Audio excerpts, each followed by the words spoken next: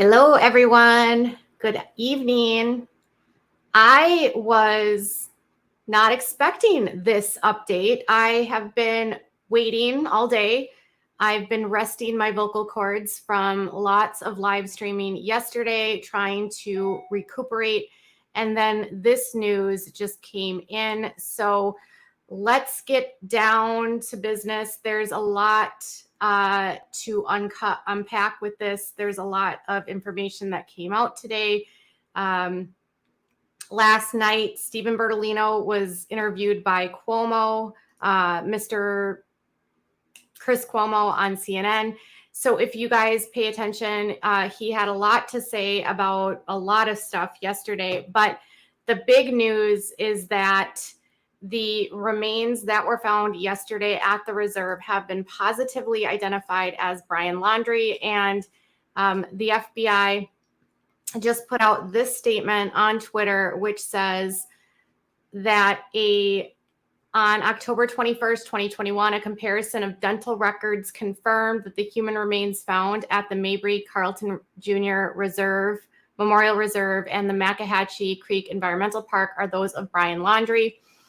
The FBI is grateful for the tremendous investigative support from our partners, Northport Police Department, Sarasota Police Department, Jackson Police Department, Charlotte County Sheriff's Office, Lee County Sheriff's Office, Sarasota County Sheriff's Office, Teton County Sheriff's Office, Teton County Search and Rescue, the Florida Wildlife Commission, and the National Park Service and the U.S. Forest Service. So they put out this positive identification, and it also the Laundrie family responded via a text from none other than their weird attorney, Stephen Bertolino. And Mr. Bertolino had, let's see. Do I not have it? Let me double check.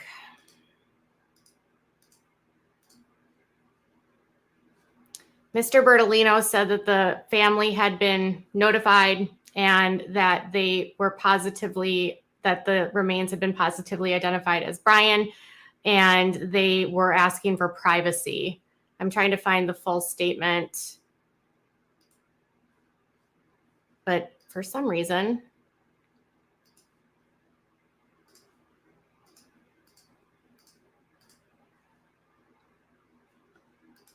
it's not in here. Okay, so the Bertolino says that I'll read it to you from my phone. Bertolino says, Chris and Roberta Laundrie have been informed that the remains found yesterday in the reserve are indeed Brian's. We have no further comment at this time, and we ask that you respect the Laundrie's privacy at this time. So not a obviously great day for the Laundries here.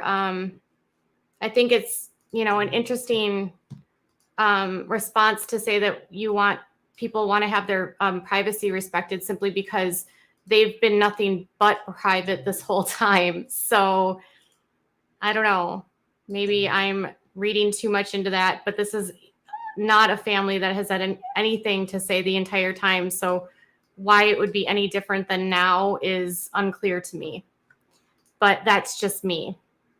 I do feel bad for both sets of parents. It cannot be easy to lose a loved one. Okay, let's, thank you for your super chat.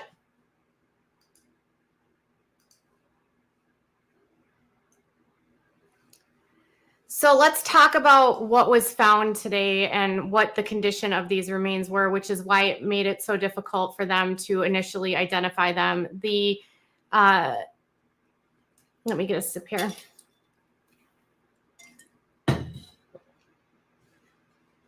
Let's try to stay in reality, folks, and not go into conspiracies and just try to stick to the facts. The allegation that they planted these is not true. The Northport police already said that it's not true.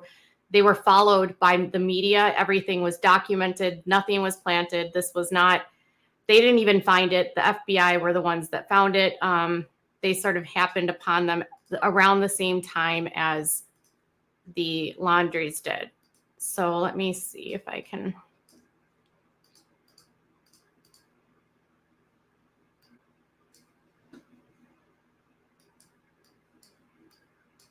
I know I put it in here.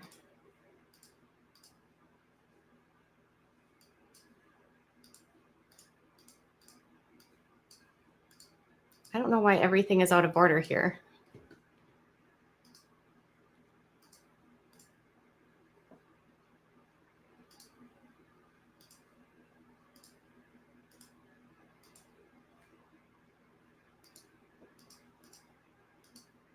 Here it is. So it says Chris and Roberta Laundrie have been informed that the remains found yesterday in the reserve are indeed theirs. It's just, I just said that they want privacy. They've had nothing but privacy. Now is the time to talk. Yeah. They've been quiet this whole time. So it is interesting. Like, why are you now asking for privacy? You've been private the whole time. Now, the interesting thing, I think, is that, you know, Bertolino was getting kind of, so here was another statement that came out by NBC. This came out and they said 2 senior law enforcement officials say that the apparent human remains discovered yesterday included a portion of a human skull, which had badly been decomposed. No ID yet on those remains. And the remains were being described as bones. So bones. I think a lot of people are trying to understand like how he could have decomposed this fast. And I think we are, for those of us that are questioning that, potentially underestimating the area and the location in which he was found. This is Florida. It is hot. It's humid. And he was in a wildlife preserve. So in this area, there are wild hogs, there are wild pigs, which feast on pretty much anything. There are alligators, which will eat just about anything. There are buzzards that will eat anything. There's bears. There's panthers. There's a lot of carnivores that would find this and eat and feast. So with the water, the weather, the animals, I think it's clear that this is what likely, obviously, he was basically in Jurassic Park. I mean, very much so. He was in an area where it was a swamp. So at this time, they haven't said anything about what caused it. I don't know if they'll be able to. I have no idea about any of this. And I don't know how long they'll be able to say how long he's been out there. My guess is he probably perished very early on. I'm guessing that, as the parents stated, that he went out there to harm himself. So my gut says is that he was probably gone within the first day. Maybe he went out there and he, unalived himself. I don't think he was out. Where they found him doesn't tell me that he was out in a place where he was trying to hide, because Stephen Bertolino was on Chris Cuomo's show last night, and he said that the remains were found about 1.5 miles into the reserve. And they were, the bag was found like 20 feet off of a path. So it was like in this wooded area. And that bag, you guys, that we were talking about so much yesterday, that was a dry bag. So it was not evidence. That was a bag that was actually found by investigators. That was found by Chris Laundrie. Chris was actually the one that found the bag. Everything else but the bag was found by the FBI. So Chris and Roberta did not find the remains. It was the FBI that found it. And that bag, where's that bag picture?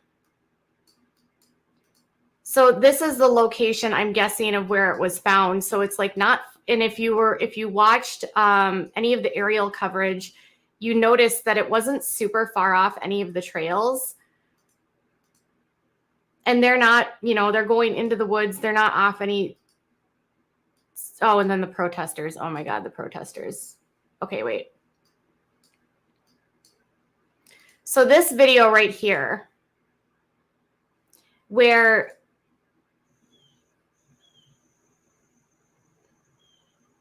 this video is basically what I've been told is that the investigator who's in the blue, he found the backpack, and the backpack was separate from where the dry bag was found.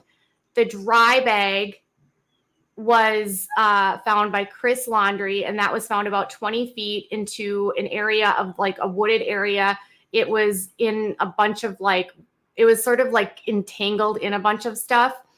So the police had apparently walked away at that point. So Chris picked it up. He wanted to leave it there and have the police just grab it or the FBI grab it, but instead they were gone. And so he then picked it up and brought it to the police. And then when he met up with the police or the FBI here, the FBI had taken a photo of the backpack that they had found. And the reason why in that video you hear them say, you need to go because we found something, they were basically being told at that moment that they had found remains near the backpack and they didn't want them to see it. So they didn't actually stumble onto it. The FBI stumbled on it, and they were sort of in different parts, but both were not very far off from the trail. So it doesn't seem like this was someone that was trying to hide. It was more like, I'm guessing maybe he just walked in and took care of it. It's just so odd. They did ID him from records.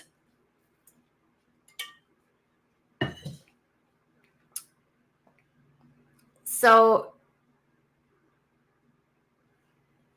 there are a lot of questions, That's Gabby. This was some aerial from Fort. So it's like heavily wooded, not far off. There's like appears to be some sort of foot trail of some sort. ATV tires.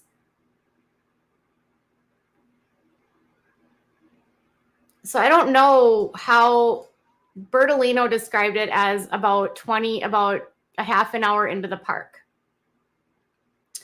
There was a lot of speculation too that around the time that he went missing, the media was trying to verify a report that a gun had gone missing from the Laundrie's house. And Bertolino at the time would not comment on that. And all of the reports that had been put out, like if you recall, like 46 reports had been put out by the 46 calls had been placed to 911 in a very short period of time. And he says another channel said there was 3,200 feet from the main road. Okay. Thank you, Stephen. So there was a report at one point that there was there was a gun missing, and everyone was trying to get a copy of these police reports, but everything that was being released by Northport police was like heavily redacted. So it was nearly impossible to get any information. But when the media, specifically like Brian Enton, asked Bertolino, like, what will you say about the potential of a gun being reported missing from your house? And Bertolino would not comment. If you know anything about Bertolino, he had no problem commenting on anything and everything, and basically commenting all the time, to the detriment at times, I think, to the clients. And I got really upset, you guys, last night because can any of you guys in chat tell me that you watched Chris Cuomo's video or show last night where he spoke to Bertolino? Did any of you guys hear this interview? Did you hear Bertolino? It felt like he was freaking lying. Like he said that he reported Brian missing the very same day that he went he didn't return home from the hike. And you saw the interview. I'm watching it and I'm like, this can't be, he's lying. He's lying. This is not true. Like, was the FBI even involved at that point? Like, you're telling me that this is how it happened. So he said, I'm trying to find the interview. I know I saved it.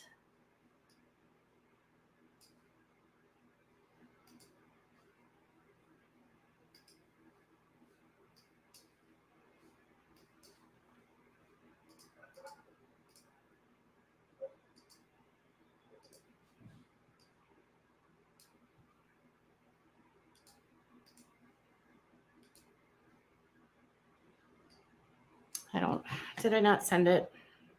Maybe I didn't send it. Let me send it back to my phone. So he basically said on quote to Cuomo that on the day that Brian went missing, he told the FBI. This is weird though, because Bertolino couldn't even remember the date that Brian went missing. So how could he have told the date to the FBI, the date that Brian went missing? Because initially Bertolino was confident that he went missing on the 14th. And then it suddenly changed to the 13th. And he was telling the media every which way to Sunday that he went missing on the 14th and that he last spoke to him on the 13th. But then he started saying, no, it's the 13th. They were mistaken. And then they actually went and searched for Brian on the 13th. So last night on Cuomo, Bertolino is telling Cuomo that I reported him missing to the FBI on the 13th. How could he have reported him missing? I'm sorry, my hair is really flat here. How could he have reported him missing on the 13th if he didn't even know that he was missing at that time, or that he wasn't missing until the 14th? Like, how would he have even known any of that? Like, I was so frustrated listening to him. And mind you, Cuomo was doing a pretty good job of like grilling him and trying to get him to answer the tough questions, and really in many ways going after a lot of the things that he said. And I was watching and I'm like, how is it that your story has changed so much? And I started realizing that I think Bertolino is responsible for a lot of the gaffes that happened on this, because someone on Twitter shared this. On September 14th, when Brian was allegedly missing, and a day after he allegedly actually reported him missing to the FBI, he said this: it's understandably an extremely difficult time for both the Petito family and the Laundrie family. It's our understanding that the search has been organized for Miss Petito in the near Grand Teton National Park in Wyoming. On behalf of the Laundrie family, it's our hope that the search for Miss Petito and she's reunited with her family. On the advice of counsel, the Laundrie family is remaining in the background at this juncture and will have no further comment. So he's supposed to say on Cuomo last night that they were missing on the 14th. He knew they were missing, and then he's putting out this statement. And then on the 15th, he puts this statement out. Mind you, he's allegedly already reported him missing to the FBI. Allegedly. And he says, many people are wondering why Mr. Laundrie would not make a statement or speak with law enforcement in the face of Miss Petito's absence.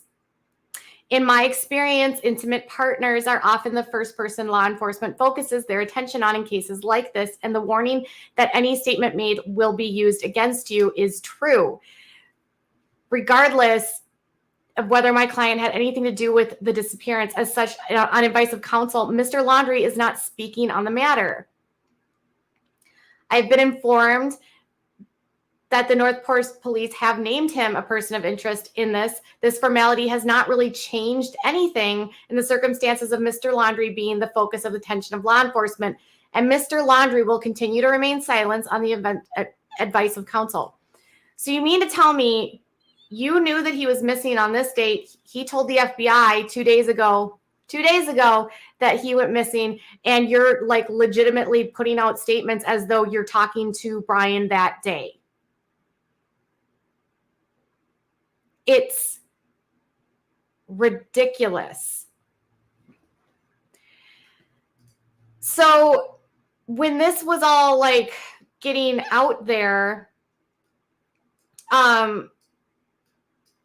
one of the lawyers, or someone from Northport actually put out Josh, the PIO.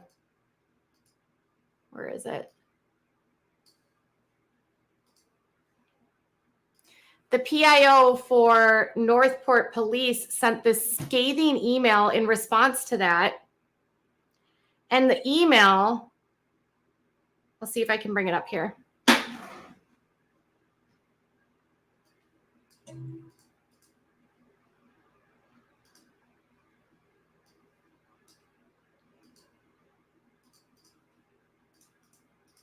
The email is like scathing. I feel like Northport Police and Bertolino are in a fighting match here. And I said yesterday, I felt like they were going to try to deflect and put this on the police. And that's kind of what they're doing.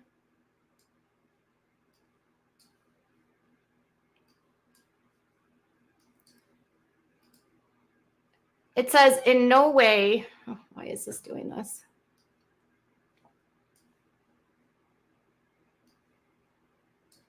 In no way has any of the Northport actions, comments, or reporting reflective of the Northport PD having information that Brian was missing on Monday the 13th. Please keep in mind that NPPD was assisting agency until Tuesday night, September 14th. I'm confident that in that if that were true, the information would have been relayed. We are certainly pressing hard to get information from the family through traditional means. Even very publicly, Chief Garrison sent a tweet to Mr. Bertolino on the 15th asking for a conversation, looking for answers. No response was given in any form. Our door to getting info, including Brian being potentially missing, was wide open. The Northport Police Department was notified about Brian being potentially missing that Friday. I was in the room when it happened. The FBI called and informed us that the family now believed he was missing since Tuesday. And we needed to head over to the home to begin a missing persons investigation. Remember, they later changed the story to Monday. As for the comments about knowing where Brian was, we were working with the best intelligence of what we had at the time, working with a family who refused to cooperate in an investigation. Northport Police working with the FBI from the onset.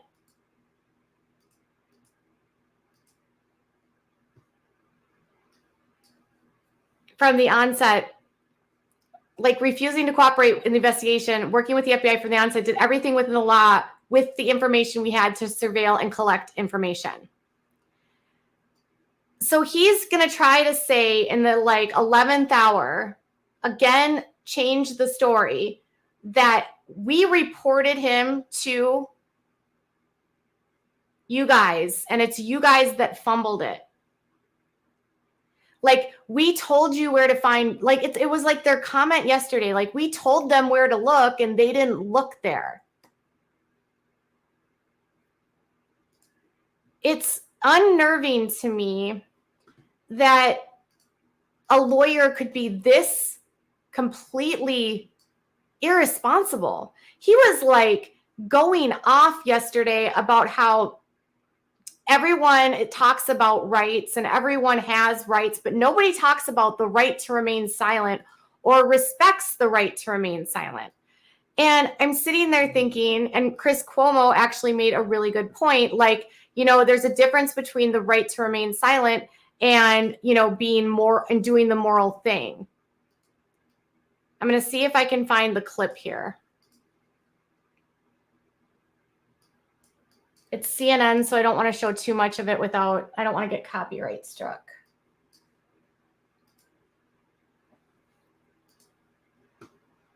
Else until the parents showed up.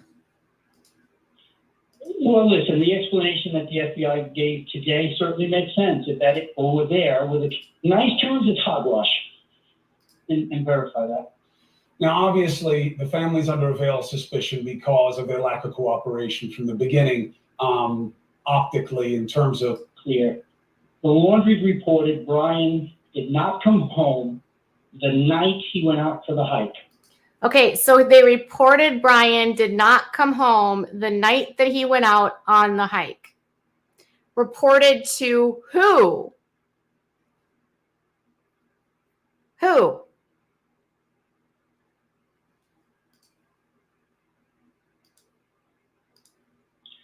I actually reported that to the FBI personally on Friday the 17th. So he says that he reported them missing, Brian missing, to the FBI personally. Personally.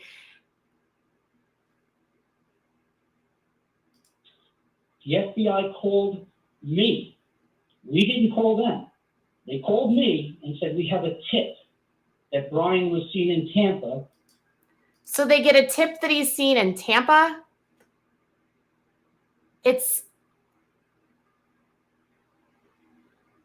when he, you know what bothers me about Bertolino is that Bertolino, when the, do you guys remember when Gabby's, when the whole missing thing happened and everyone was like, whoa, wait a minute, he's missing, what's going on? And do you remember Bertolino's response at the time?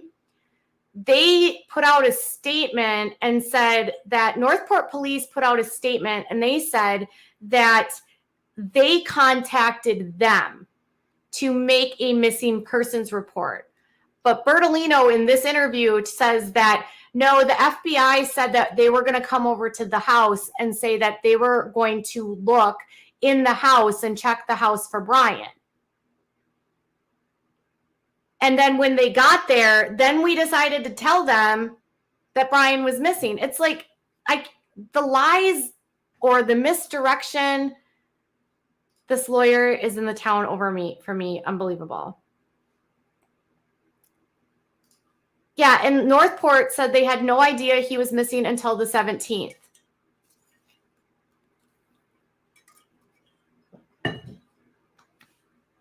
I just don't understand why an attorney would give such crappy advice. You know, I was watching, you know, recently the North Park shooter, Nicholas Cruz, he pled guilty, right? To everything. And I was watching an interview today of the family that Nicholas Cruz was living with at the time when all of this went down. So do you remember that Nicholas Cruz, he was living with another family after his mom had passed away, and they had taken him in. They were living with him for 3 months. There was a lot of heat around that family, and there was a lot of like suggestions that they should have known, or they should have done this, or they should have done that. Parkland. Yeah, Parkland. And I'm thinking here, did I say something different? Parkland. I'm sorry. They did an interview on the Today Show because they had nothing to hide.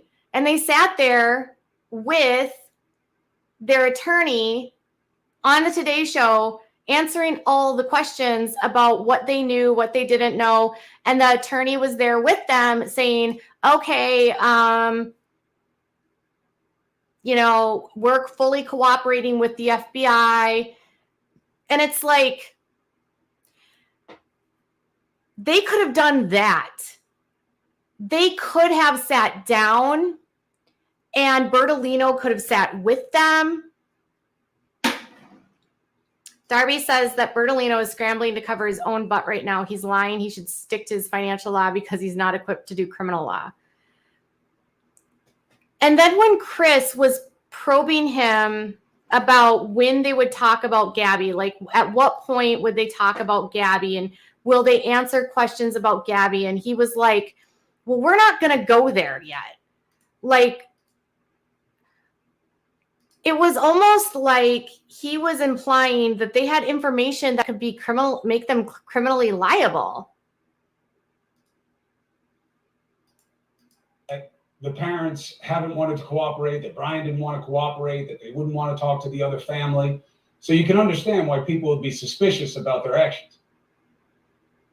Absolutely. And, you know, Now's not the right time to talk about, the situation with Gabby. Now is not the right time to talk about the situation with Gabby. Like, he never wants to talk about the situation with Gabby. This entire time, he has refused to acknowledge that his client was the only person of interest in the M word of Gabby. And he constantly referred to Gabby's, the M of Gabby as a demise. And he put out a record saying that it was a tragedy that it would happen at such a young age. Like, her getting M'd by Brian had nothing to do with the age that she was. It had to do with Brian. It's aggravating to even listen to him. But the family was following my directions. I told them not to talk to anybody, not to say a word. I was the intermediary between the family and law enforcement. So he's supposed to be the intermediator, and he's not. Like, he wasn't even talking to the authorities. And how much would it actually have hurt them to just say something? I just can't comprehend why you would put. It doesn't make sense to me. Speak to authorities or to their fiance, their sons. Should push those rights. Now's not the time to discuss it. That if and when Brian Laundrie is found, then the parents will explain the situation. If this is Brian Laundrie and he is gone, will the parents tell what they knew? Well, now's not the time to discuss that, Chris. It may come out in the future. It may not. Right now, we're just going to wait for the forensic results of it. So now is not the time to talk about this, Chris. We may talk about it in the future. We may not. Here's my thought, and this is just my opinion, and this is not based on anything more than my opinion. And part of me thinks that either they were involved in some aspect, not necessarily with what happened to Gabby, but perhaps maybe they indirectly helped after the fact. Maybe Brian wasn't honest with them, but maybe, say, the dad indirectly helped Brian clean out the van, right? Maybe he indirectly helped Brian get rid of evidence without necessarily knowing that anything had happened, Maybe it was something like that. Or maybe they knew what Brian had done and they were involved with the cleanup. I don't know. I can't, for the life of me, figure out why the parents in this case would need to be silent. There's zero reason. Donish says that Bertolino is lying about everything, aiding and abetting Brian. You think that one of the parents unalived him because they found out what he did and went into rage, just like he did with Gabby. I don't think that's, I know, when is a good time? When is a good time to talk about it? When is it a time? So the other part of me was thinking, if it's not that they're involved in something, maybe they're worried that their ass is going to get sued and slapped with a wrongful death lawsuit. So could they be sued? Could Brian be posthumously sued and have his parents have to be the people that are his, like, the estate of Brian? Brian didn't really have an estate. Can they sue his parents for wrongful?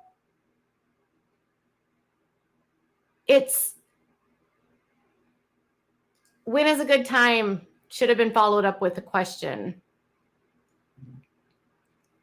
I know it's very confusing. Okay, so I see a lot of you guys talking about Miss Quinn wants to know the relationship between the Laundries behind closed doors.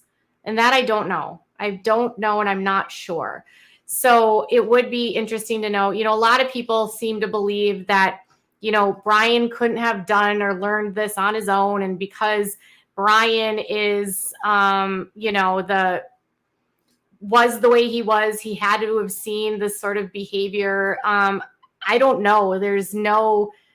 It's really weird too. Did you guys know that Roberta, she got rid of her Facebook? Like right as all of this started heating up, she deleted her Facebook. Like, why would you be deleting your social media profiles? I mean, I know people are like legit stalkers on social media, but you could lock down your Facebook without deleting your Facebook. So why were the parents so silent, and why is the attorney saying that there's somehow may not talk about this? It's aggravating. It makes me frustrated. But I'm also, you guys, what I'm not going to do is this. I want to show you something. As angry and as frustrated as all of us are feeling right now, I'm not going to go protest out in front of the Laundrie's house and harass them.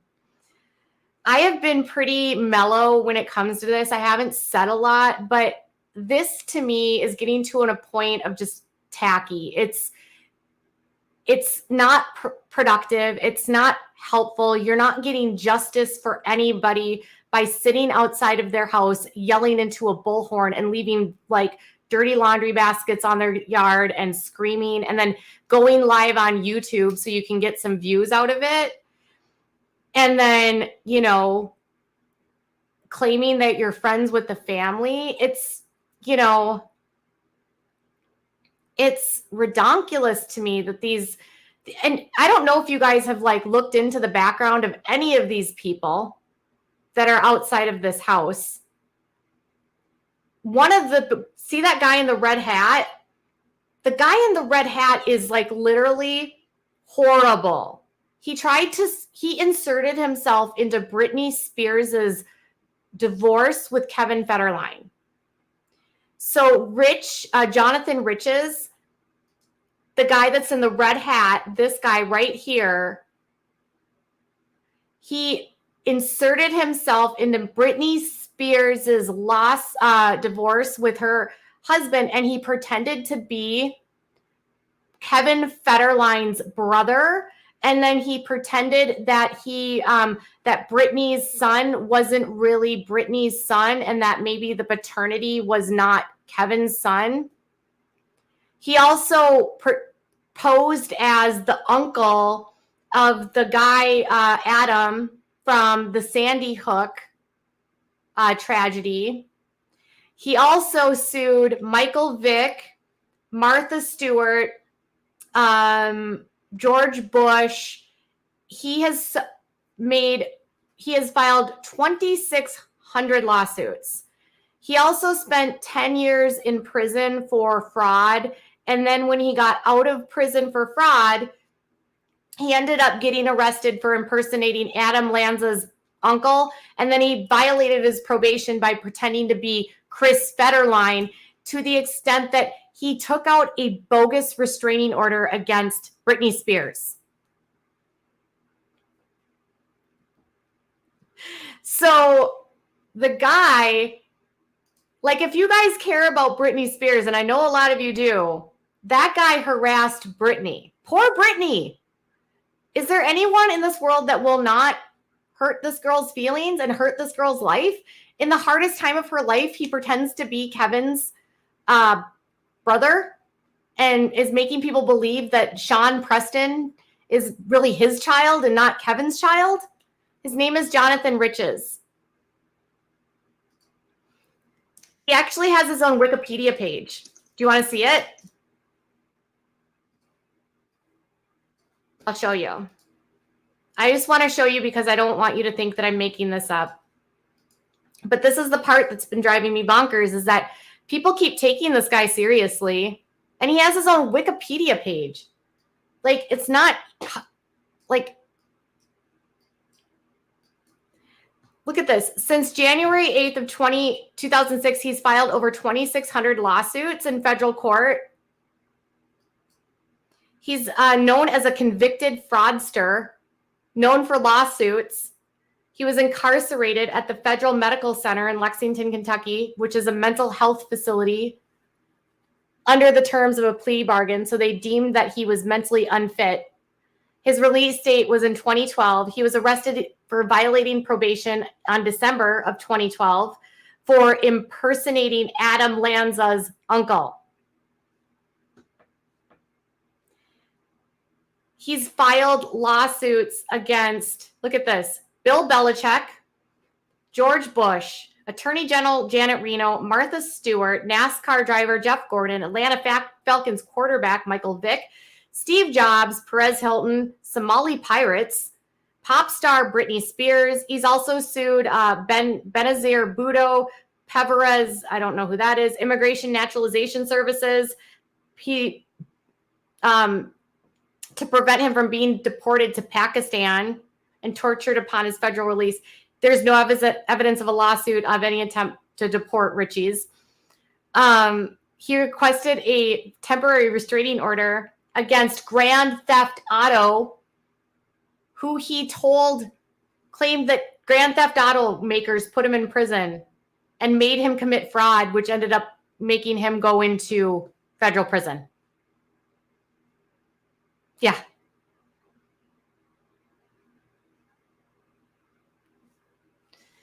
He also sued the Guinness Book of World Records when they said that he was going to be in the Guinness Book of World Records for filing the most lawsuits. His name is Jonathan Lee Riches. So, and now that live is out here. Yes, he attacked the game. It says that he said, okay, so this is what it says. It says, FCI Williamsburg and Grand Theft Auto itself claiming the defendants put me in prison. The inmate stated, defendants contributed to plaintiff committing identity theft. Defendants' games show sex, drugs, and violence, which offends me.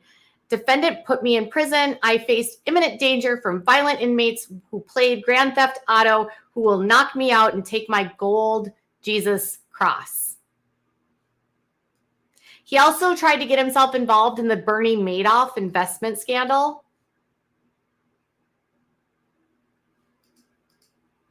Oh, is that the woman that was, is Vero, is this the woman that filed the $40 lawsuit?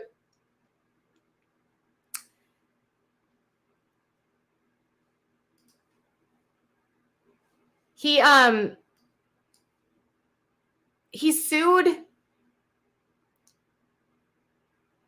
Okay, some of the defendants are not even persons subject to suit. He included in a lawsuit Adolf Hitler's Nationalist Socialist Party and 13 tribes of Israel. One lawsuit in which George W. Bush was first named defendant also included 783 defendants that covered 57 pages, including Plato, Nostradamus, Che Guevara, Jimmy Hoffa. He sued Jimmy Hoffa, Buddhist monks, all the survivors of the Holocaust, the Lincoln Memorial, the Eiffel Tower, the USS Cole. He sued the book Mein Kampf, the Garden of Eden, the Roman Empire, the Appalachian Trail, Plymouth Rock, the Holy Grail, Nordic gods, the dwarf planet Pluto, and the entire 3 Mile Island.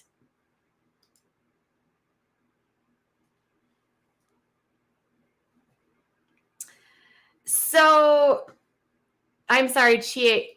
Is it Chie? Is it Chi? I don't know how to, I'm sorry. I was butchering names. I do apologize. Okay. So, knowing what we know, how do you sue a monument? I don't know. He also published a book called Nothing is Written in Stone, which contains selections of lawsuits in which are part of his autobiography. He published it on April Fool's Day. He was indicted by a federal grand jury in July of 2018. He's charged with making false statements and other frauds after an attempted filing a lawsuit against Gabby Giffords while posing as Jared Lee Loeffner. So he has a current indictment outstanding, apparently. Yeah, he literally sued the planet Pluto.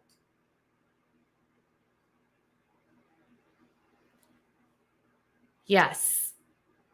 So if you had that guy outside your house, I think I'd be feeling a little bit unsafe, but that's just me. Okay. So I think the, oh, I'm sorry. It's a dwarf planet, right? They've almost all been dismissed, Emerald. Yes. Nearly all of them have been dismissed. I think all of them have been dismissed. Because they're all frivolous, it says. And he does this for press attention, it says. So he takes whatever the hot topic is and then files a lawsuit. I don't know how you can sue a planet. So yes, for those that are coming new into this live stream, let's just go back over the basics here. And we will confirm with the FBI statement.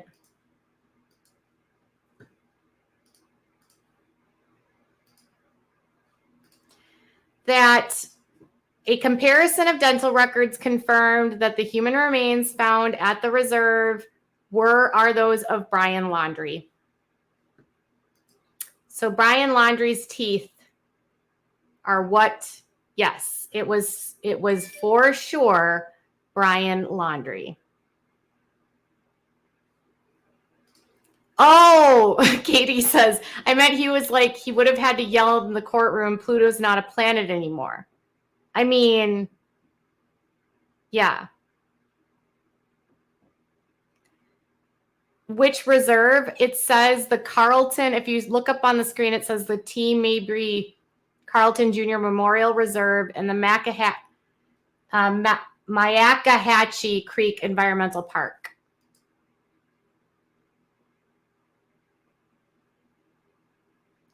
He's like the guy who tried to sue God.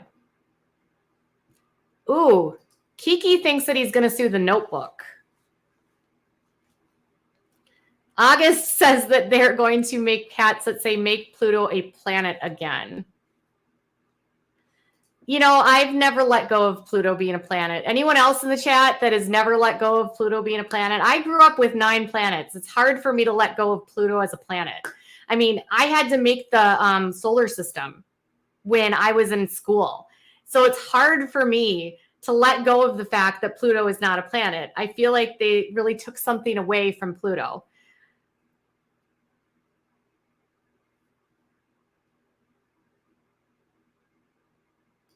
August says it's still a it's still a planet to me, says Wenda's. Pluto is a planet in my living my truth. Pluto is a dwarf planet. It's true. Kiera says it's her favorite planet.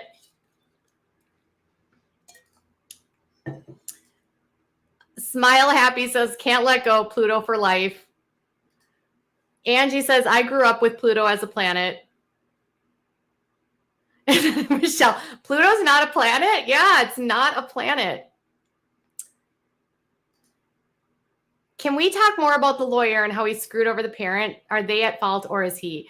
Let's talk more about the lawyer because I was having a lot of feelings about this. So it's her spirit planet.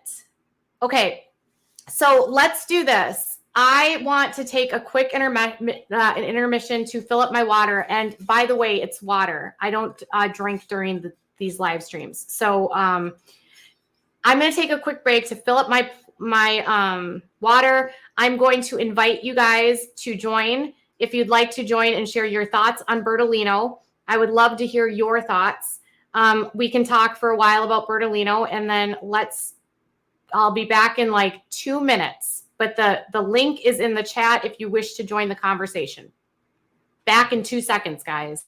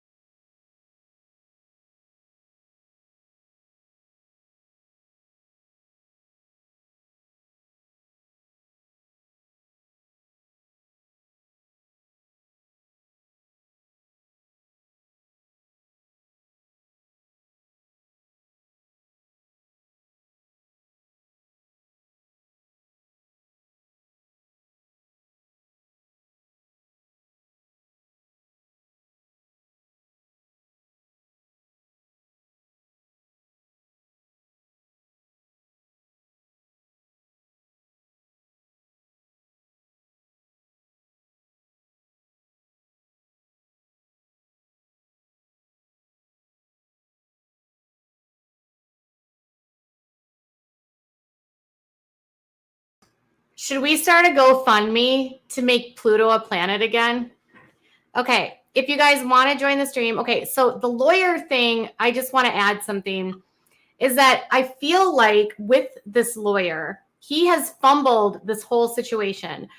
I feel, in my opinion, that because the lawyer literally was such a obstacle to this investigation, that it took way too long to find Brian. He caused how many millions of dollars to be spent looking for Brian, how much money was spent where they could have helped find Gabby without wasting resources and money. Can we send the bill for all of these searches to Bertolino?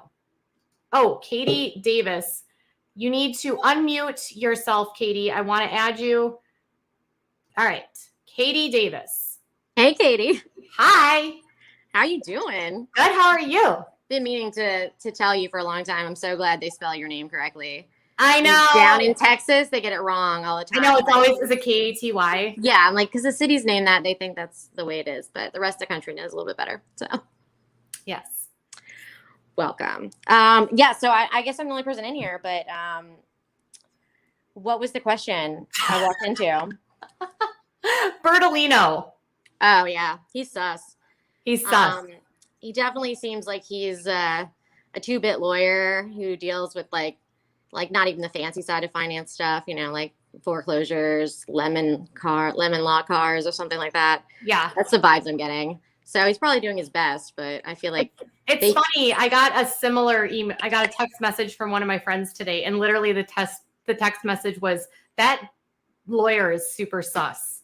Yeah, no, I know like criminal defense attorneys who have been prosecutors, and like they just wouldn't speak like that. You know what I mean? Like, I don't know. He's definitely out of his element. He's definitely not somebody who's in, a big corporation doing law. Yeah. Well, my thought was like, I looked at his Pacer records, and he's done 42 lawsuits for bankruptcy and 5 civil lawsuits federally for civil. He's never done a criminal case federally. Yeah. So I kept saying they're going to have to get, I guess they knew they didn't have to spend the money, but I was like, this guy's going to work for about 2 seconds, and then the FBI is going to take over, and you're going to need to get a real criminal defense attorney. But they just kept blowing me away with how they were being real cheap about that. But now I guess we kind of know why, if they already knew what happened. It's true. Okay, Crystal. Crystal? Unmute. Okay. Oh, stay unmuted? Hi. Okay, so Crystal, tell me your thoughts about the suspect Bertolino. Okay, so I'm from Alabama, and I'm actually the director of biomedical sciences here at one of our local high schools, and we do a bunch of like CSI kind of investigations and whatnot. So we've been following this case like absolutely nonstop. And even my 10th graders can literally look at this guy and be like, y'all, look, I mean, this is like some kind of like ambulance chaser, Gloria Allred kind of, you know, like sus kind of person. And we don't really like him, Miss Newsom. Like, oh, but we like Gloria. oh yeah. No, I'm just talking about like as far as the like the what he looks like he is capable of doing. Oh, that he's like a very like early end somebody that is just kind of like chasing an ambulance trying to get to something. Yes. And he doesn't really look like he's capable. We have quite a few lawyers here in our local area that do the same thing, that they like specifically go and like they're trying to it's almost like they just graduated law school and they're trying to like get their first criminal case, and he just kind of like lucked up and he was like, whoa buddy, this is like winner chicken dinner. So part of me wonders if he's even doing this for free since they're friends. You know what? I honestly, like, I contemplated that as well. And we were talking about that today as we were watching all of this coverage, that we were like, you know what? I wonder if he is doing this pro bono. I thought he was. Him. I would assume, because, right, isn't he? Is he even allowed to practice law in Florida? I believe he's only out of New York. So if I mean, unless he's got, you know, some kind of reciprocity, and I don't even know how that works. You can. Yeah. So, I mean, you can, but he'd have to get someone else, just like the Duggar case. He'd have to get someone in state, you know, and he seems retirement age, sort of like. I don't think so. I would guess he's probably in his 40s. Yeah, okay. I'm not sure. I haven't seen him, just heard him. But yeah, okay, that makes sense. But yeah. Sus. Yeah. Yeah. I know. Super sus. And you know, if 15-year-olds can like go ahead and pick that out, they're like, not really sure. I just always thought all of his text messaging to the media was just so weird. Like it's strange. It's bizarre. It's like, is Kylie Jenner's, you know, like her lawyer texting the media about stuff? Yeah. I mean, I have 3 lawyers. You guys know who they are? No. Yeah.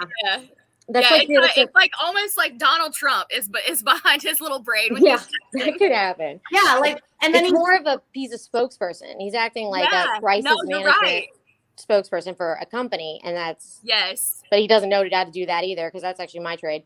But yeah, he's not good. Right?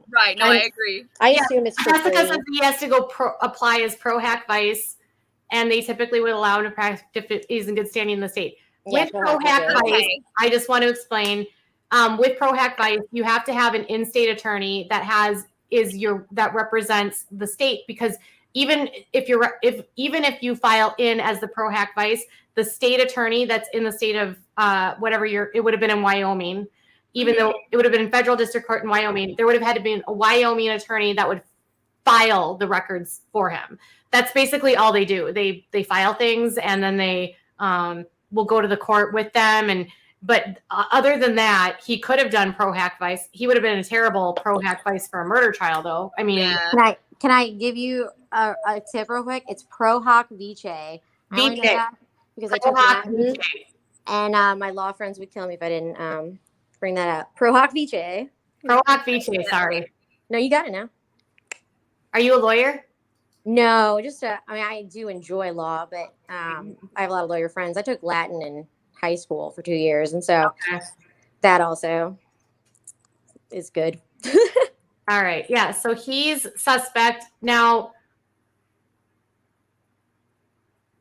Let's see what else. Oh, and someone asked, who are these people? These are just viewers that are joining to share their opinions and thoughts. It is open to who's going to sue me next. Everyone sues me. They all sue me. It's great. Honestly, it's a grab bag. It'd be kind of an honor if you're busy suing statues, former planets. Yeah. That he actually found one YouTuber that he felt like suing. I feel like that's an honor, honestly. I'm sure my readers will encourage it. I'm sure I'll have a lawsuit in my inbox. No, I wouldn't encourage it, but it's going to get thrown out immediately. You have slap laws where you are? No, but we have frivolous lawsuit laws. Okay, so Sims, yeah. He'll get thrown out. His name alone, the judge will be like, I know. As soon as it comes across the desk, they'll be like, nope. Now, the next question is, do you think John Walsh maybe sort of jumped the gun on some of his accusations? I would say that is a Texas size 10-4, Katie. Yeah. I felt like he was like, yes, this is the moment that I am revitalizing my show. I think maybe he has one, if it's on Turner Classic Movies or something. I don't know. That's an age thing. But, I think he saw an opportunity. I feel like he may be a little bit old, like yelling at the reporter, or the coroner, to ask the question twice. Oh my God, were you question. listening to that? And he was like, Yes. he's like, It wasn't. and he kept dropping his name. Like, Yeah. stop. Like, hey, this is We John get Walsh. it. Be like, We I see get your it. face. Like, we know your voice, but like the question was a dumb one to begin with. It's a question that they were never going to And answer. he is so experienced, and he is.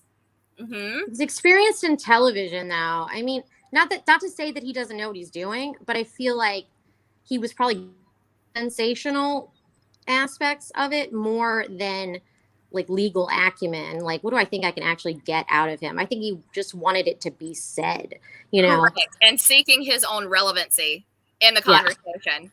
Yeah. Yeah, so my concern with John was he was so adamant it was a red herring that he was in the reserve. And I initially thought it might be. And then as it kept going on, I was like, well, maybe he's there. Why would the FBI waste this much time and effort there? Yep. It just seemed like they had some reason to believe that he was there. Mm-hmm. And they're not going to tell us what the reason was. Yeah, and the reasoning wasn't because Roberta and Chris said that he was there. Like, right. That it had to be something that they corroborated on their own, completely separate from that train wreck. The modern hippie says, I don't think John Walsh was trying to promote things. I think it hurt a part of his heart because of his son. Yes. That's relevant too. Yes, for sure. True. I mean, he is. And I'm sure he gets triggered with some of these cases, obviously. Yeah, some more than others. And I do want to say that John Walsh he and his wife have done amazing work with the National Center for Missing and Exploited Children. Mm-hmm.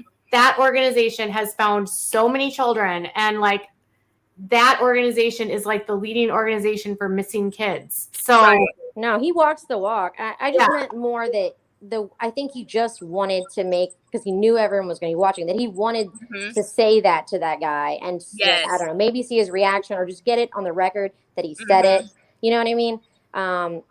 My only concern was when he was speaking directly to the Petitos, and I think this was on I don't know if it was News Nation Now or if it was on CNN, but he's like telling Joseph that Gabby was beat to death. Yes. Oh gosh. Yeah, I didn't see that. That is, and that was not his story to tell. Exactly. Also, it's not true, as we have learned. I feel like I don't want to like come off wrong, but I feel like he may be a little bit over the hill, and I hope this is not accurate. I'm not a doctor, so don't quote me, don't come for me, don't sue me. But he may be experiencing some symptoms of old age, like he's over 60, right? He definitely was more animated than normal. Yeah. Then what about Dog? Did Dog help or hurt this? I feel like Dog gave people the information, like a little bit. He forced the FBI's hand a little bit, so we had more. I don't know how much he actually helped or hindered in other regards. I mean, I feel like he maybe brought a new demographic into it that would not have paid attention to the case previous to that. That's true. That's true. As far as like helping or hurting, I don't really know, because I don't really know like what he actually progressed forward. Yeah, I don't think that there's any way he really hurt anything. Because if those are Brian's, they are Brian's remains, all of them, and there's no shenanigans, then that was. I mean, we learned that they went camping, right? We got the camping trip on Dog. So that's true. That's true. And it's fair to say that the Monster Energy drink was probably not belonging to Brian, and it's probably fair to say that the feces that he sent to the FBI is probably not Brian's. Probably not. Let's hope an animal. I don't know. There's a lot of reptiles down there. Darby thinks that he wanted the reward money. There's some of my students that actually straight up said that. That's he just had a wedding. He just had a honeymoon. He might have some expenses. Yep. So okay. So the next question. What was okay. There was John Walsh. There was the Dog, the bounty hunter. Okay. Now, Does this change your thoughts, opinions, or emotions about the Laundries, knowing now that they've lost their son? No, it does not change my opinion about them. I can feel sympathy for them in their loss, but I don't know them personally. I don't know Brian personally. So I didn't have a dog in that fight to begin with. So it would be hollow to say, that now that because they have lost a son, which was very much a real possibility yesterday, Correct. just as much as it, and is has been now. for a while. Exactly. No, it doesn't change my opinion for their behavior. Not at all. Okay, so No, a lot I mean, of We knows. still have some completely inexcusable things, Yeah. Well, and I think it's a completely different kind of loss, right? Absolutely, So, yes. It's Absolutely. completely non-comparable to Yes. Gabby Petito's parents. Completely. I know. That's totally different. And Like, Gabby didn't choose that to happen to her. Gabby Nope. didn't ask for that to happen to her. Gabby didn't Right. want that to happen to her. yeah, Right.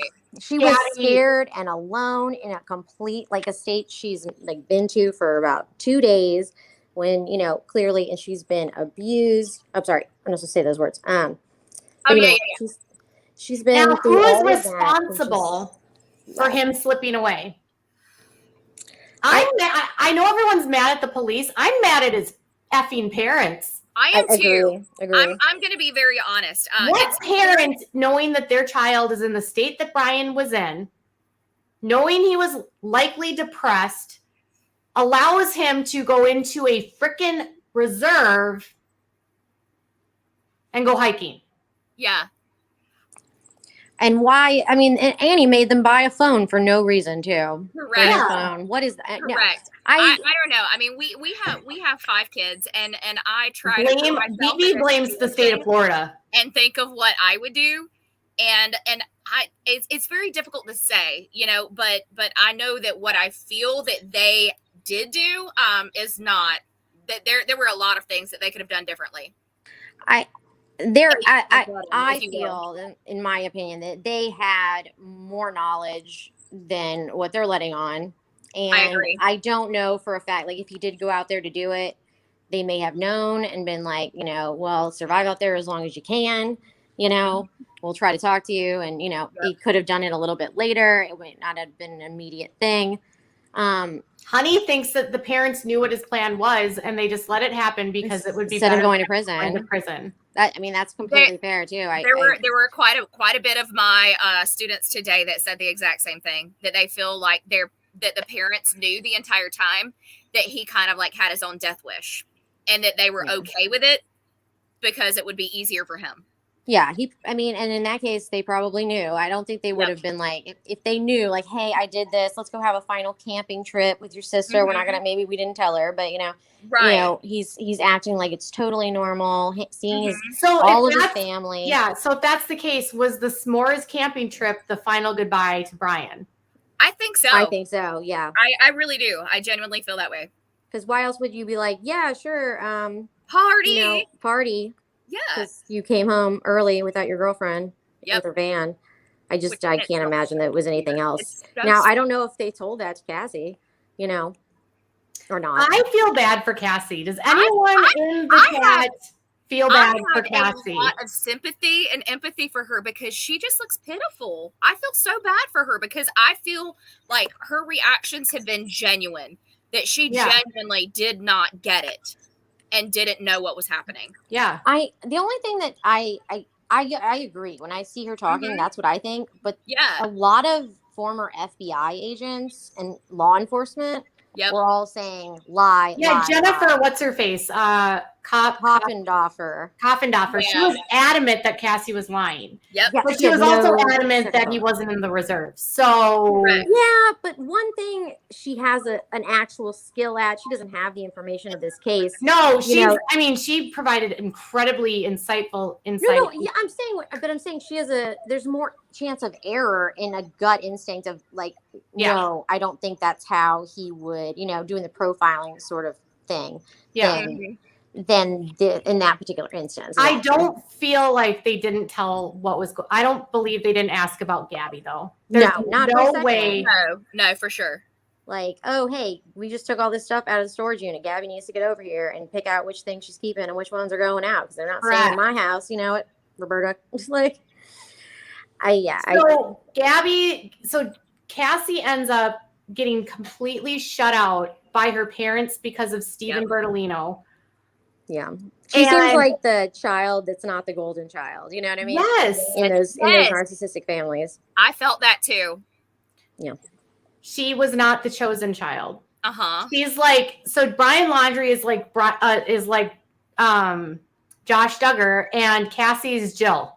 Yes. Yes. Yeah. Perfect. Like oh my God. You nailed it. You nailed it. The other one. It happens a lot with narcissistic parents, though. It does. It does. Chris Watts too. He's one. Yes.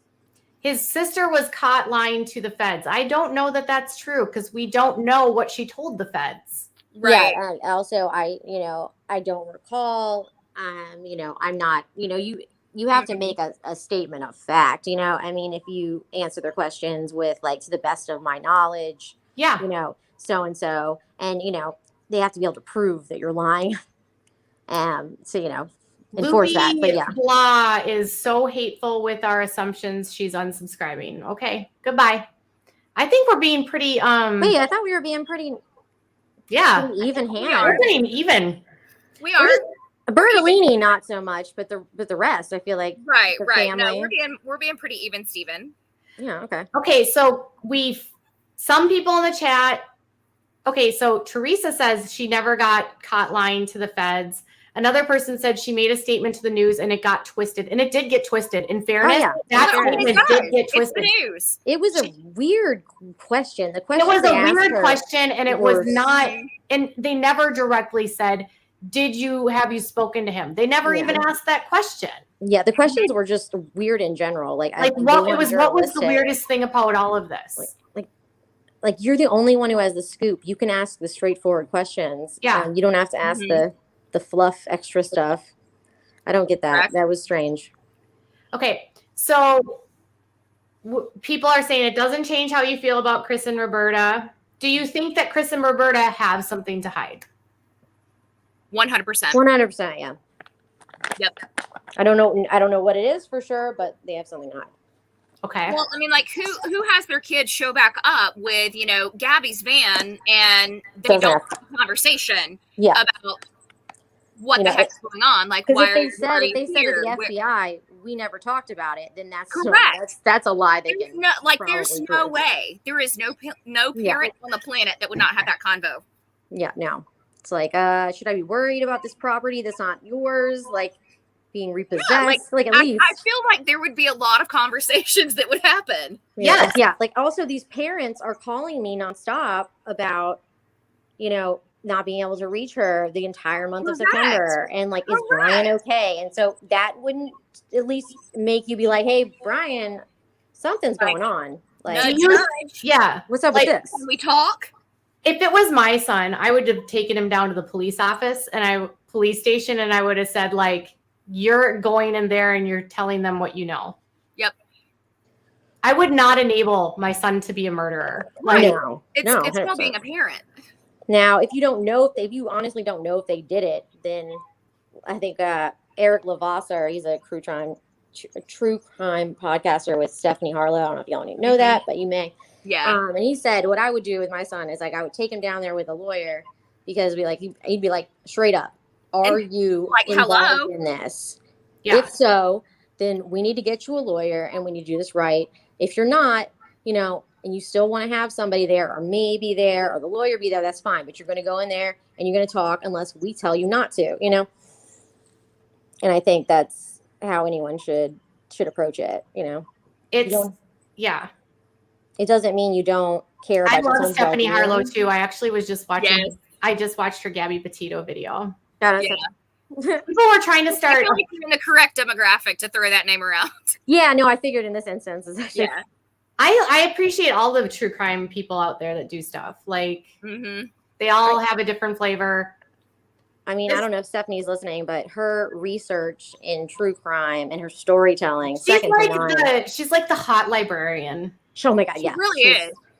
And she's got the glasses, Dr. Yes. Mad, and she's putting them on, and you're like, wow, she's got every pair. Yeah, Yep. she's got every pair. She's the hot librarian. She is so smart, she's so articulate. She does such a good job. Mm-hmm. Love it. I love her stuff. Everyone loves Stephanie. Okay. And she's like the hot librarian. That's what I thought when I was watching her video. This is a whirlwind situation. Glad it's over.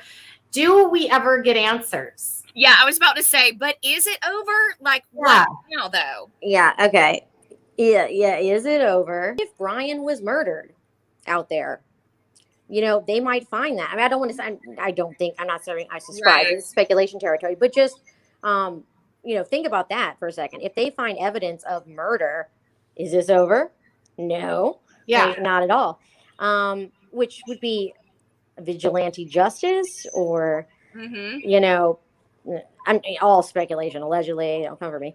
You know what I mean? But like things like that, we won't find out until we get further along with the autopsy, manner of death, cause of death, all that. Oh, Right. COD. Sorry. I bet this is going to make Gabby's parents so frustrated I'm sure it is. because now they're not going to get the answers that they want. They or never need. get that sense of justice and peace. And You I know, feel that for them. at least he can't, if he is gone fully, and he can't go into court and tell a bunch of lies and keep dragging them on. You know what I Right. mean? Thinking that they're going to get that feeling. If he was like had any shred of decency left in him, hopefully he wrote a detailed, real, you know, list of just a story, what happened. Like, Yeah, honestly, like, is the notebook legible? yeah, that's what I would like to Right. know. Was the notebook found in a waterproof bag? Oh, good point. Oh, there was a dry bag there. Yeah. Was the notebook in the dry bag? If it wasn't, it seems like someone who doesn't know how to use a dry bag very well. But, you know, I would assume if you brought the dry bag and you went to your favorite spot to relax and then end your life, that Would I be willing to do a Gabby-a-thon over a weekend to raise money? We could take turns on chat. Sure. That would be fantastic. We have Yeah. already, without a crystal ball, Yes. donated we've donated more than $1,000 at this point to the Gabby Petito Foundation. So we would I be will even get my computer all set up with my desk light and everything and come prepared. Yep, same. I would do that for a heartbeat. I think if anything, this spotlight has given the parents a wonderful platform. Yeah, which they seem like they're yes. going to do honest, good things with it. You know, it's not. And they've already grab. started, you know, walking the walk. So that's really nice to see. Yeah, really nice to see. Maybe I mean, taking okay, over those for are John the- If Mills. we could really just say, like, in truth, Grace Under Pressure is the Petito and Schmidt families. Oh my God. It is. These people are acting with so much integrity. Yeah. Mm-hmm. And they have not, you know, that Joe wants to rip them a new and one. He's just nope. You know, this is how we're going to do it the legal way. I'm going to rise above. Mm-hmm. Yeah, it's Which impressive. takes so much integrity and grace under fire. Yep. Yeah, especially dealing with like just no answers, no regard, like not even false, you know. And a complete circus. Yeah. But I feel like they set the stage that they were going to be doing only press conferences, you know, that were needed to be done. And they were, you know, not going to sort of get into the circus. Yep. And people like called it like respect. Like, of course you want to respect them more, but like at the same time, I feel like they like just gave off an energy like, well, even when Doug we're the Power classy. Center was trying to say that he was friends with them or something, Yeah. and saying that he spoke to them, and then at the press conference, their lawyer, by the way, is how you should act as a lawyer. I Yeah. concur. Is there like a lawyer Pulitzer Prize? I know. Let's give it to that lawyer. Him. He acted the way a lawyer should act. And he was saying, like, they were trying to push him about dog, and they wouldn't even go there. They were just like, we have full faith in the FBI. Now, is this a mistake by, Latasha wants a source for, there's an argument about whether the notebook was in the dry bag or not. And I'm just Yeah. putting it up on Oh, the screen. no idea. I would just assume that if I were planning to no longer be around after a short period of time in one of my favorite places, and I had a very specific plan, which didn't include the care for my notebook after it was done, and I brought a dry bag, then I would put the notebook in the dry bag, or Right. it doesn't really seem like either of them needed to be there. Mm-hmm. The dry bag did look like it had a hole in it, though. It also looked like it had a fortune cookie. You kind of, I missed that. I'm picking up what you're putting down. I mean, I think, I don't know. I mean, yesterday we had a huge debate about if it was an evidence bag or a dry bag. Yeah. Yeah. And there were no gloves, so way to go on the evidence there. Florida. Is it really okay? So we don't believe now. Did he unalive himself, or did he get eaten by an alligator? We don't know, or was he murdered? As I said, it's just still a possibility. I think not that I believe in it that strongly. I just want to keep my opinion. Right. Is he unalived himself the same day. I think so too. My opinion is after he unalived himself, Al the alligator, he may have gotten chomped on a little. Yeah, and Peppa Pig's cousin might have thrown down. Yep. Yeah. Because it's filled with if it was underwater though, it would be more probable that an alligator would have found him. Oh, for sure. An alligator, a gar. It could have been a variety of your larger reptiles in South Florida. Yeah, because there's one. There are snakes. There's definitely a python problem, and they can eat a lot. So if an alligator started something, a python might be able to finish it, like a leg.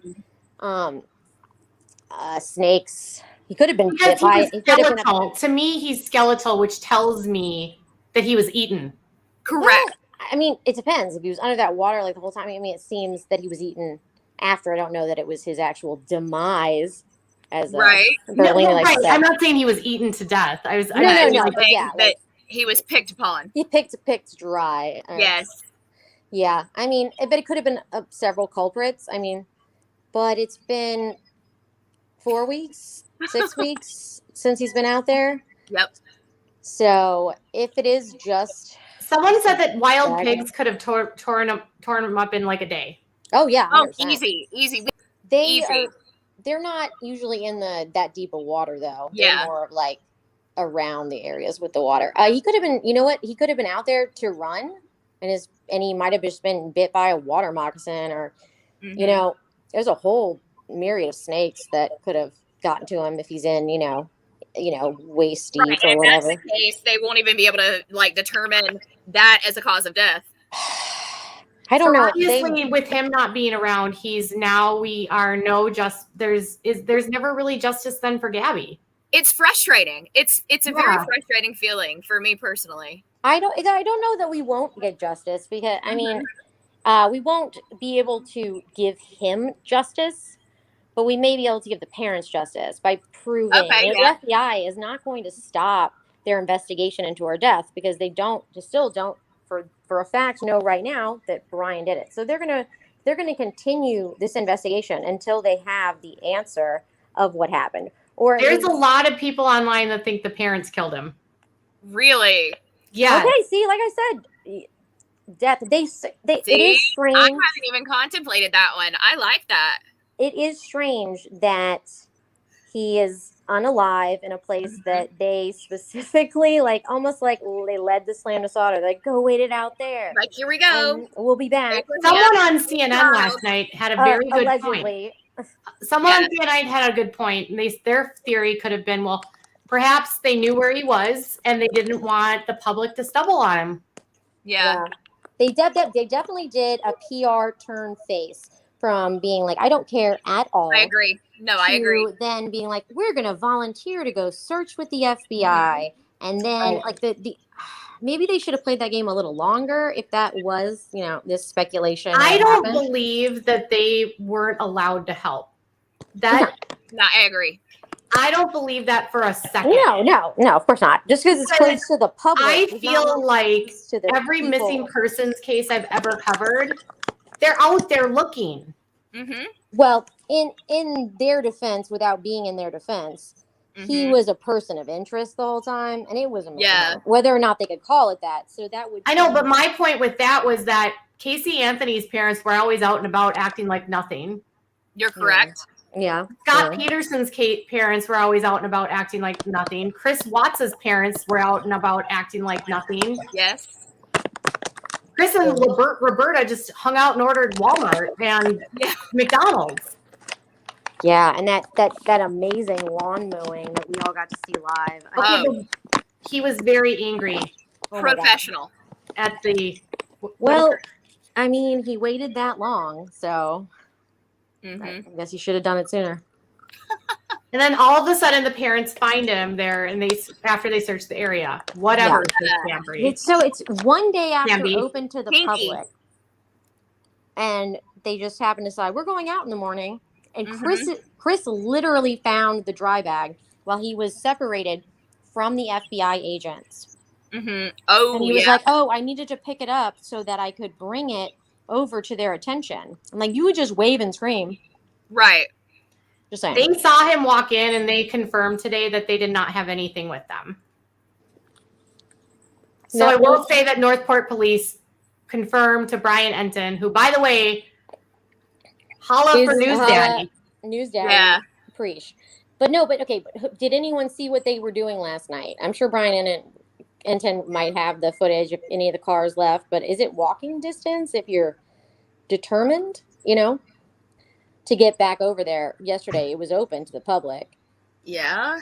So they could have put it there yesterday. It's true. In theory. I'm not saying they did. I'm just saying. I know. Timeline wise, it's a little suspect. Definitely. It's very, very much a huge coincidence. I mean, the Fox News was like tailing him. Okay. Well. Yeah. Fox News, though, they followed them to Walmart. I mean, Roberta could have walked out the back or like the tree, like the outdoor side of Walmart, and got into an Uber and done it. Like, I mean, I don't know that it's easy to cover all the exits of Walmart as thoroughly as you think. Yeah. Yeah. I feel like this is going to be one of those situations where it's like a delayed murder suicide. And if that's what it ends up being, and I truly believe that in my gut, that's what it is. Yeah, I don't think you're wrong, but we can always hope for I don't either. A water moccasin that got there first. Hey, we got someone new. Oh, hey, new friend. Hi, it's Scarlett. Yes, I'm a real person. I'm sorry. I tried not to be. I tried to be an alien for so long. Just didn't work out that way. Anyway. Well, in many ways, real person. A for effort. Yes. Okay, so to go backwards. Yes. Do I feel bad for the Laundries? Yes and no. I feel just as bad for them as I do for Gabby's family. Keep in mind, my job is literally dealing with this on a daily basis. An EMT. Yeah, the background there. Yeah. Therefore, the family that's in front of me is a little bit easier to feel sorry for than someone who's literally 1,000 miles away that I've never met before a day in my life. True. The lawyer, I could see him as being more of a spokesperson for the family, and I think that might be his best bet, is to say, no. I was not trying to be a lawyer to them. I was trying to be a spokesperson, representative, all that type of stuff. Which legally can that be? Do they have to have a contract drawn up? Since you're here, Scarlett, I'm going to step away for a second because I know that you can manage this. Yeah. You'll trust me soon enough, girl. I don't have my salt with, but I'll do my best. My only question would be is, even if you're doing a pro bono case, like, you have to have an agreement in place, like a contract with a lawyer for the services rendered. Now, this could vary state to state, and I'm not an expert. I just follow a bunch. So that would be my only concern there is, if he is just doing it as a spokesperson, I feel like we should be able to find that out at least. Right. I mean, I don't know if he said, yes, I will be your lawyer. I think he'd be a complete and utter idiot with that. especially seeing as, he's a bankruptcy lawyer from what, everyone's been saying. Yeah. That kind of is one of those where it's like, okay, why are you doing anything? He's probably a family friend who has been a family lawyer for some time. He's not on retainer or something, but it's like, if you ever joke with friends like, oh, if anything happens, this is the person you need to call, Correct. that kind of thing. It's way more one of those kind of deals, I think. Yeah, that's the vibe I'm getting. And if Brian was found, I think they would have immediately gotten him real representation. Lady Trekker made a good point and says the lawyer advised them poorly and vilified them to the world. I do agree with that, absolutely, that he advised poorly, and because of this, they are now suffering the aftermath. I feel like if he would have been more forthright and more open, and we would have, the problem with what happened here is when someone is silent in the world of the media, it's so easy to create a false narrative, whether it's true or not. Yeah. And you don't get any personalization. We don't know anything about them. We don't know if they're rude. We don't know if they're really sweet. Like maybe Roberta's the sweetest lady on the planet. You don't know. That's the thing about if you are a lawyer, you're not a criminal defense lawyer, so this is not your area of expertise, and then you're also not a publicist or a PR agent who can do crisis control in the meantime of you getting a lawyer, because you don't necessarily want to look guilty. It doesn't seem like he had any meaningful conversations with Brian, except for potentially maybe they had a group conversation, like what should he do? He may have some information, but honestly, to me, I don't know if he ever spoke to him about this in particular, or if it was like a default, this is our family attorney, and this person says if they would have had a better lawyer, they would have been portrayed differently. We base their personalities on him, which is true. You're right, Samantha. 100%. Yeah, but at the same token, you get what you pay for. And if you're just having a friend help out, and that's not his area of expertise, I mean, he's probably did the best he could. Hey, Jaquan's mama. Though I think he is it's not that great of an attorney. So and we just added Jaquan's mama. Oh, hello. Welcome. Are you there? Maybe. She looks like she's frozen almost. Yeah. She may be moving a chair. She may be having some computer issues, phone issues, something to that effect. Yep. Oh, she went out. Yep. I just removed her because she's not. I don't know if she can hear or not. Yeah, it didn't seem like she could. Okay. Maybe Brian, Gabby both have gunshot injuries not revealed by first coroner Moab murders. Nope. Gabby does not. Yeah, the coroner was clear that it was strangulation, actually, and throttling, which is the more in your face personal hands situation. What was really needed was a crisis management professional. So in a situation like this, there are lawyers. That is what? Yep. So like a lot of law firms work hand in hand with PR firms that can manage the crisis that you're dealing with. It sucks because you have to pay both a lawyer and a PR firm, but it can be worth it. It's worth it, in this especially if you're in particular case Washington or something, or on a big case. Yeah, that would definitely be the ideal. Well, yeah, especially with how hot this got, how fast it got that way. Oh yeah, I'm surprised. Well, even the way he was talking to Chris Cuomo last night, I was just like, "You're a jerk. I don't even like the way that you're talking." Also, he doesn't give the information in a very clear and concise manner. So I can't imagine that any judge would like that one verbose. I had all of his text messages, and I'm like, he is like creating a timeline that doesn't. He was either the Laundries were lying to him. Which can happen. Yeah, of course. But he's legally allowed to lie as well. He doesn't have to. Right. Is he? Yes, he is. Yeah. I double checked that with Glenn Kirshner, who was at, that's my political side of stuff. But anyways, he's Google him. Glenn Kirshner, he's like a big FBI, CIA sort of type, like former, who does commentary. Okay. Trustworthy. This person says that the FBI must search the Dirty Laundrie's home to ensure Brian did not die in that house. I have a feeling they probably already Yeah. did that Yeah. because Should have been a didn't sticker they allow practice. him in there within the last week? Mm-hmm. Mm-hmm. So Yeah, when they I have came- a feeling they probably went all throughout the house to double check that he wasn't in there, for one. Yeah. For Mhm. two, chances are they may not have looked for anything, just to play into the idea that the family may have done something. I doubt that they went in for a full in-depth search for like any sort of evidence of their Well- conduct to that point. If But you're looking for a missing person, it could turn into a murder investigation at any point, right? So Right, Mhm. exactly. I mean, to an extent, Oh, I Athena don't doubt says, she says, I'm saying that not all information is released by the coroners. They hold back certain info, except in this case, they didn't. He actually released a report which said Mhm. manual strangulation, throttling. Yeah, throttling. So we know how she passed. We don't know how he passed. We know that he was in pieces because Mhm. they only found parts. They only found part of his skull, enough that obviously had teeth. Correct.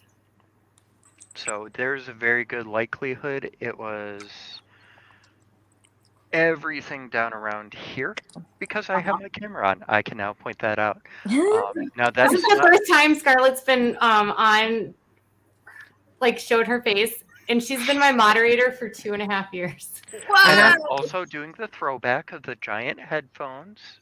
Yeah. Jesse, you're welcome. I'm always a fan of the giant headphones. I Yes. feel like Have you guys been around since the giant headphones days? Yeah. Oh yeah, no, 86. Yeah. Birthday. But I never know how long people have been around. chances are, I don't necessarily know what the whole ability of all the carnivores down there would be. There is a possibility that one may have tried to get in at the squishy bits inside. Mhm. Oh, thank you, August. I agree. I Two feel Ts, like that though. is Two. that would be exclusively an alligator ability. I think, And depending there's a very good on the chance of timeline, that. Yeah. because the Yeah, skull is pretty or- strong. Or But it could be that someone Oh, went yes. through with a boat and it cracked into it. yeah, Or the- I couldn't tell you 100%. or there are Um, certain types of ending yourself, which Okay, you know. Shannon, just to redirect this, I'm so Yay. mad right now. Is anyone else so mad? I'm pissed. Yeah, Absolutely. sorry to interrupt. no, No, yeah, But can we all have I'm a pissed party right now. I am Yeah. angry. I am mad at the FBI. Mad. I am mad at the police. I'm mad at the parents. I'm mad at Bertolino. I am mad at all of the players that allowed him to get out under the watch of the freaking authorities and kill himself. Yep. I am, Yeah. I am Shouldn't mad. you might know better. I'm sorry. I keep saying that, but because I don't know. Person with the headphones. I'm sorry, I'm bad with names. Scarlet. Scarlet. You probably would know Scarlet. better. Charlie? Scarlet. Scarlet. I'm Scarlet. sorry. I don't know why I heard Charlie. It's all right. But like, okay, don't forget the question now, Katie. If, oh man, it's gone. I was gonna, it's something related to what we were just talking about, but Follow the bouncing ball. I know, So- I got it. Okay. I'm assuming it's how each gender tends to do what Brian That may have wasn't, done. no, that wasn't it. But I mean, yeah, that is a Okay. good So- point. We could have gone there.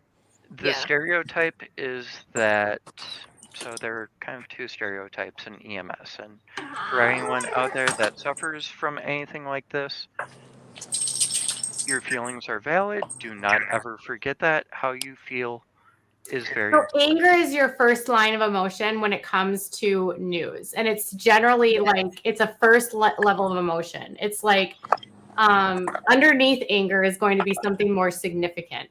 Mhm. For me, anger is left with pain and sadness for Gabby's family. Amen. Because the Yeah. anger I have for those and this happening is because it's rooted because in of- my sadness that Gabby's family will never have justice for what happened. Her crime, her death will never be adjudicated. There will be never anyone that actually is convicted. And as hard as a trial would have been for them, in many ways, this is worse because there could have been a small inkling of a chance that you would have gotten an answer, and now it's gone.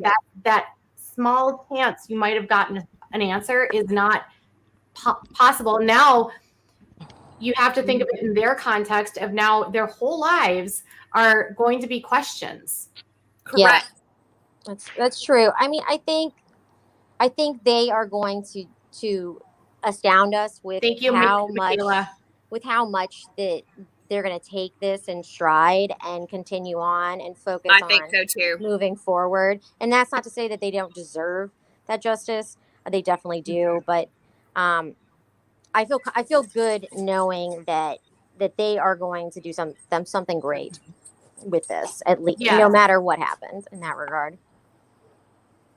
We don't know what's in the notebook. It's true. Also, yes, hopefully there is something there that can provide them any type of answers or solace. My only it could be a lie. Here's my secret.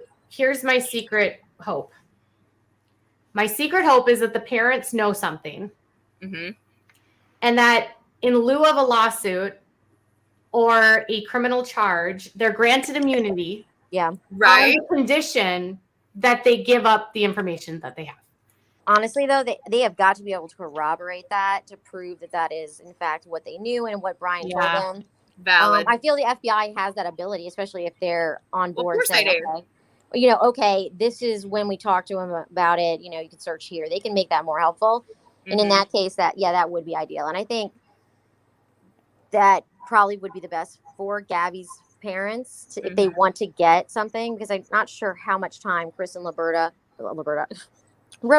would actually get, and if they would pursue it, Okay, so Athena wanted to circle back and say, despite the official report that can withhold information for law enforcement purposes.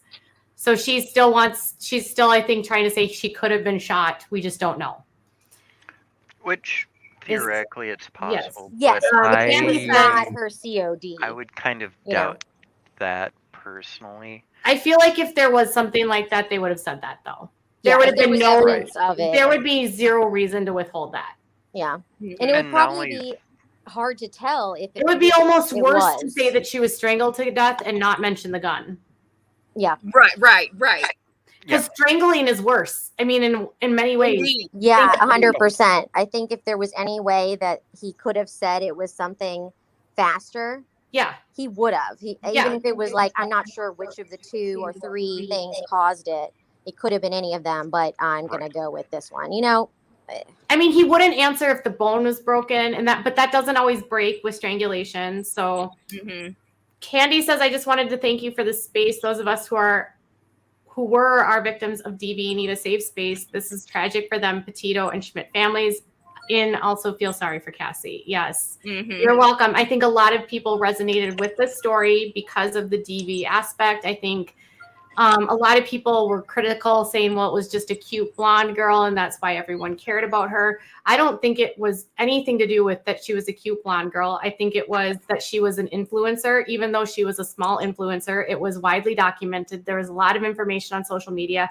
And then it's a mystery, which is because they're being so quiet and they're not talking. And then Brian shows up without her. And then what woman who's been in a violent situation wasn't impacted by that Moab, Utah body cam footage? Yeah, I think that's the body cam footage is when it blew up. Now, I'm not going to say that white woman syndrome isn't a thing, because there is a disproportionate number, and you've said this too, Katie.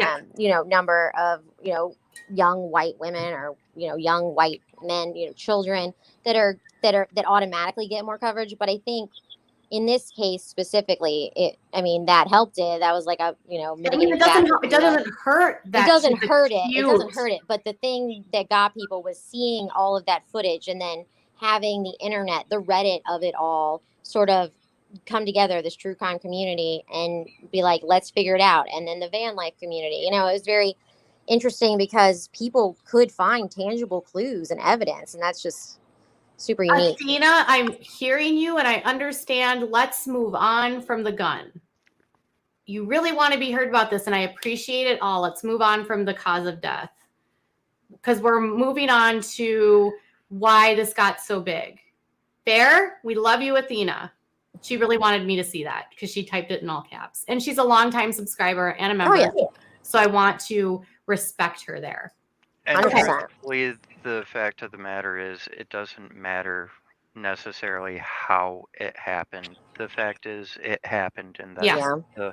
that's the more important part. Yeah, right it's now, irreversible. You know, they have lost, you know, their beloved daughter. And That's horrible. I think the Moab, Utah is really what grabbed me. yeah, I Like, agree. Yes. And I think the part that grabbed me was the first video when she's on the side of the road and she was crying because she was like, he was going to leave me. It's pitiful. Yeah, but then she said, well, I was working on my blog and he didn't really think that I could do that. Yes. And I'm like, I've had that boyfriend. Yeah. It was straight up gut wrenching. Like, quite honestly, it really was.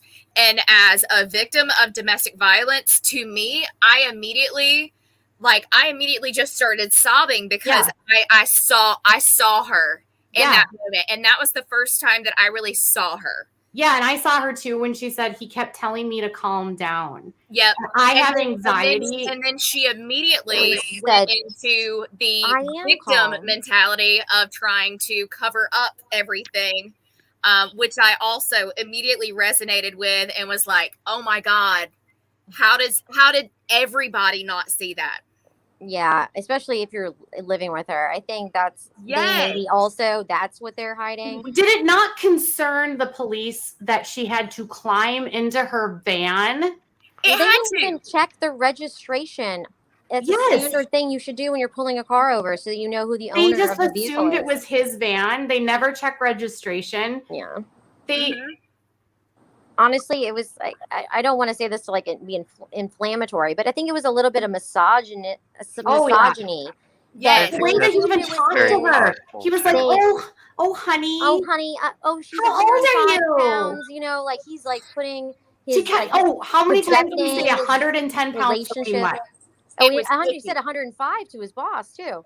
Mm-hmm. You know, and I think he didn't have bad intentions. I think he thought he was doing her a solid, but you know, or what he could for her, because he saw something like, oh, it's my daughter, you know, it's just one night, like. And he even said, you know, the reason we don't get this, we're not the ones that can decide this, is because of all the times that women protect. Like it was so prescient what he said. It's like he predicted the future, and the irony there is so. It's just. And I think a lot of women can too. I think if you've ever had to deal with the police, I think some women can attest to the patronizing behavior that can happen at times.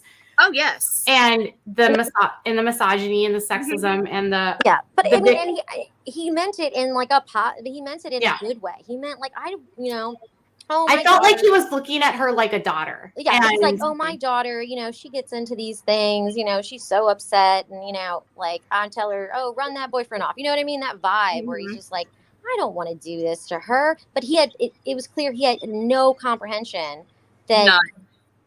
She could be the person he's literally describing in the statute. You know? Jack says, I heard him say a number of times that she was small. I heard 100 pounds said a number of times as well, as though she was a tiny porcelain doll. Yeah, and every time soaking wet to imply. Yeah, soaking wet. Weigh that, you know. Mm-hmm. Yeah. What is that to imply that she would be incapable of inflicting harm? Yeah, exactly. I think that's the point. Yes. Which is also not true. Just like Johnny Depp, you know. But you know, it demeaned her in a way, and like he became very one-sided. Like, oh, this is what I think it is. And he didn't feel to need to investigate. And Rhonda, who has lost her husband, we're sorry for your loss, Rhonda. She said her husband, she's a widow to a police officer who no longer is alive. Oh, and she said that she was horrified by what she saw by the police. I was too. And I just actually. And I think you can still support the blue without, and still say that you don't. Oh, no. I don't. 100%. I'm not mad at them. I don't know that they separating them for, you know, a couple days, I don't know if that would have changed the outcome, because it probably would have gotten thrown out immediately. You know, I don't blame them. I just think that obviously they need more training in that area, you know. Charles is surprised I'm talking to 3 people. Wonderful. Hi, do, Katie. I do Hey. trick. Hi. Hi, I do Katie. trick. I'm just facilitating. I'm asking the questions. I'm being the Wendy Williams. Oh, Wendy, she's not on the show lately. Aw. Poor Aw. Wendy. I would so watch if Leah did a show every day, though. Yes. But if you guys want to come and join the conversation, I know. Hello. My yeah, God. probably gonna go for about 10 more minutes. So what are the other hot topics of this specific situation that we have not covered? Because Right. we've talked about the Moab stuff. We've talked about Bertolino, who's the worst attorney on the planet. We are unconvinced about what's going on with the Laundries. It's not the same for the Laundries as it is for the Petitos and the Schmidts. It's not justice for Gabby. Mhm. Brian was a coward. Yep. Pluto is still a planet. Pluto's a planet. there's a planet for life. Jonathan Lee Riches is probably going to sue me next. As an honorary lawsuit. I know. So this person says, I live in the same area as the Everyone's Laundries. Do I really worry about wild pigs, snakes, or gators killing me in the nature parks? Do I really need to worry about that? No. No? Actually, alligators Wild are pigs, not okay. maybe. Wild pigs, yeah, they're wild Yeah. as they described. I'm Those gonna say are I'm some mean little boogers. I'm from New Orleans, Louisiana, and I can tell you that gators attacking a person walking on like ground that has like, you know, distance from them. One, normally we are too large for them to consume. Correct. And so they don't really necessarily start, especially not with a live person. It's very Correct. difficult. They're cold-blooded creatures, and it takes a lot of exertion. Yeah. Now, if you go near a nest of eggs, like a mother will attack you, but it's not to eat you necessarily. She may eat you just because, you know, it's there. Mhm. But and they don't particularly like the taste of people. They Nope. do like the taste of those wild pigs, though. Yeah. So Lynn Good says that, do you know how many men I have met as a social worker defended their, let's say, angry behavior as shrugging their problems and saying she needed it? I mean, we cover the Duggars on this channel, so I think Yeah. most of us here know On the that. reg. It's unfortunate that she's saying social workers being like, I well, know. she deserved it. That one, you know, like that's rough, but Gee whiz. You know, oh, Jesse is here. Hi, sorry, I didn't know if it was Hi. working. Make sure. hey. Hi. Hey. I just wanted to jump in because I've been thinking about this nonstop, and You. yeah, I know. And I'm so grateful that you guys are doing this too, because all day I've been asking everybody, can you get together? We need to talk, because Yeah. I can't not. But I am basically a counselor for crisis intervention and things, and I've gone through several murder trials and things like that. And so this has been pretty heavy on my mind, just how it's relating to other cases that I've witnessed. But I'm kind of wondering if the parents, the Laundrie parents, it seems to me that they might be feeling angry, and that they're kind of, hasn't there been some information about them having a lot of arguments in the past? Someone confirmed something like that. I feel like there were a lot of rumors that Yes. We're started by the protesters, so how reliable? yeah, Correct. so Yeah. you know. I just, because I remember her friend Rose Nothing saying completely something. validated that I've heard. Oh, Yeah. Rose did. No, Rose said that Mr. Brian was very controlling, and that Okay. That Yeah.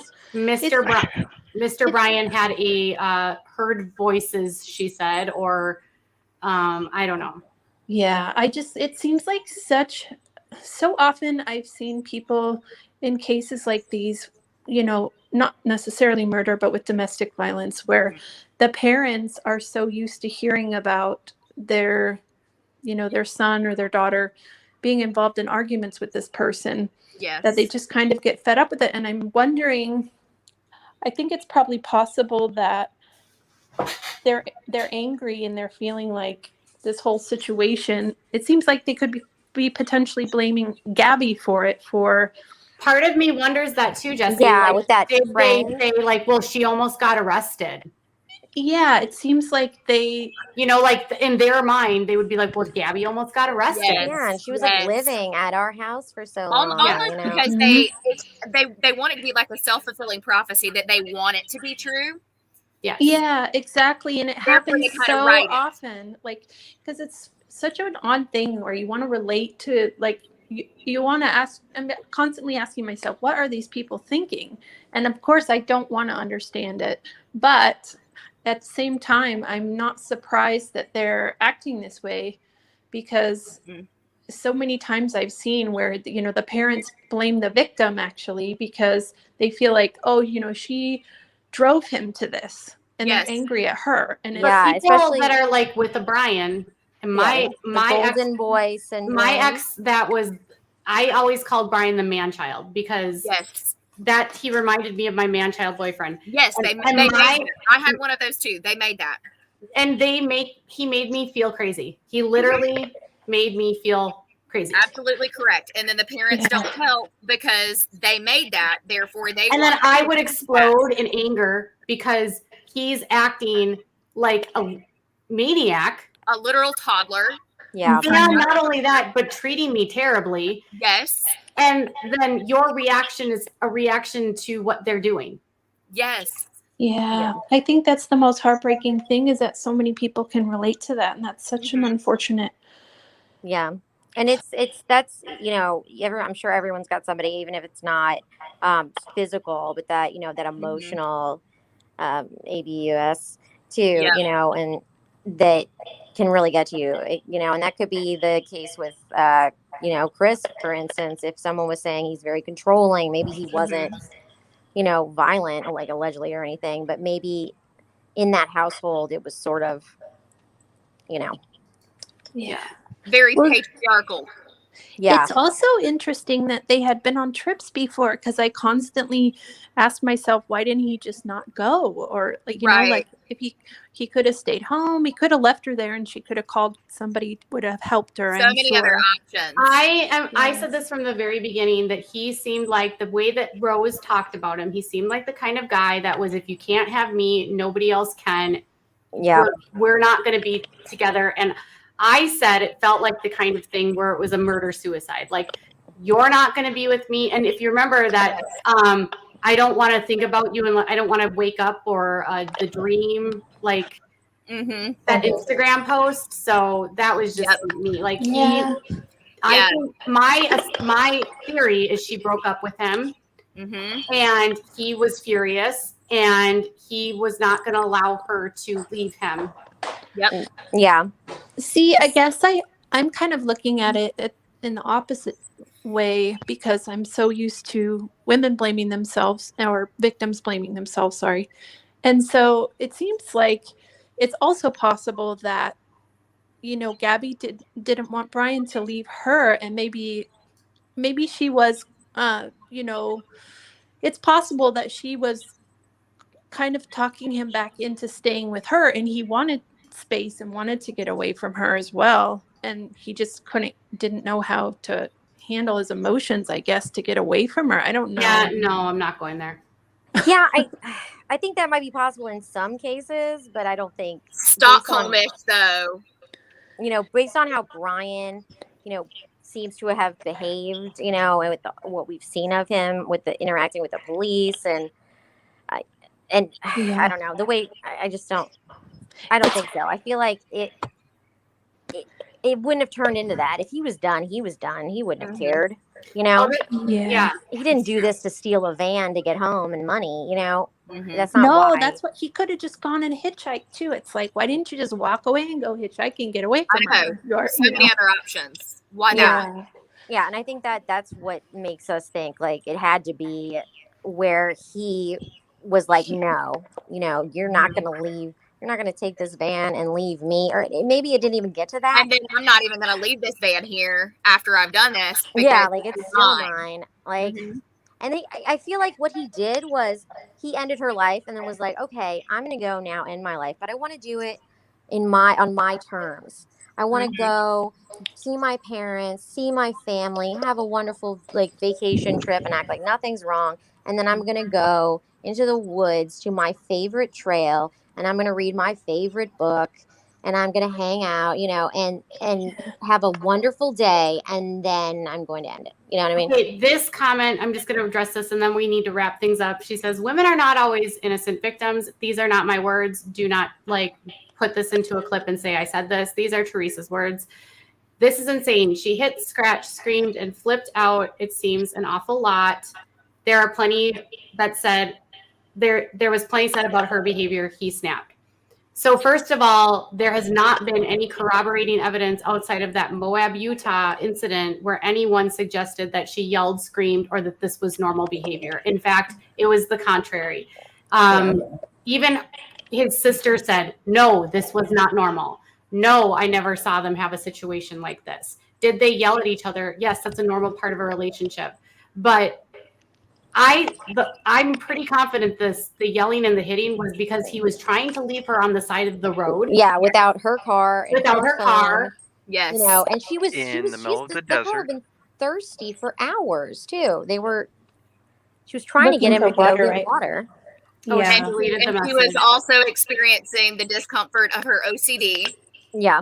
I mean, you know, OCD tendencies, you know, which is probably she was more covering for him with that statement anyways, Yeah. being like, oh yeah, you know, I just couldn't let there be muddy feet. It's my fault, you know. Yeah. Okay, so the final thought here is that And I would just like to say, like, I 100% know that no person is perfect. I just don't feel like it's even remotely. so, and you know, I'm 100% on justice for Johnny Depp. Like, that is one of my main things. I feel so terribly about how he's been treated, and Amber Heard, in my opinion, was clearly his abuser. So, like, you know, in some cases, yeah, but I think it doesn't hold I water think in there's a this pretty particular clear line. instance. If I could just say, I mean, there's a very clear line, right? There's obviously been people had reported seeing him physically abuse her. Yes. Yeah, the victims, I'm sorry. I can't hear. And also, you know, even if she was hitting and scratching him, obviously that doesn't amount to any amount of blame for what happened to her whatsoever. No. So that's out the God, no. window. That's a horrible. And all of her friends say Acceptable. that she's not like that. And No. people that knew Brian say he had a hot temper. He was, his coworker said he was like super possessive. Rose said he was super possessive. Yeah. So at the end of the day, Brian Laundrie has passed away. And we are left with a lot of not answers, I guess. Mm-hmm. So I want to thank y'all for being with me tonight. And we will continue to do these kinds of conversations. I know you guys are loving this kind of format. Love it. So thank you guys so much for being here. And I'll keep you guys updated as I learn more. And I will say goodbye to Crystal. Bye-bye. Bye. Don't forget, like, comment, subscribe, and something Ring the about bell. I can't remember about the bell. Night, everyone. Night. Okay, you guys. This was phenomenal. It was great to hear all of your opinions. And I just want to say that my final thoughts are that, like Jesse said, I don't think that anything that she did would ever warrant what happened to her. I don't victim blame. I don't even remotely entertain the thought that she did anything to contribute to the situation. Comments like that go down the line of the people that shame Shanann Watts for her own death. Nothing Shanann did, like none of that equated to what Chris did to her and what Chris did to the girls. Nothing she did justifies that.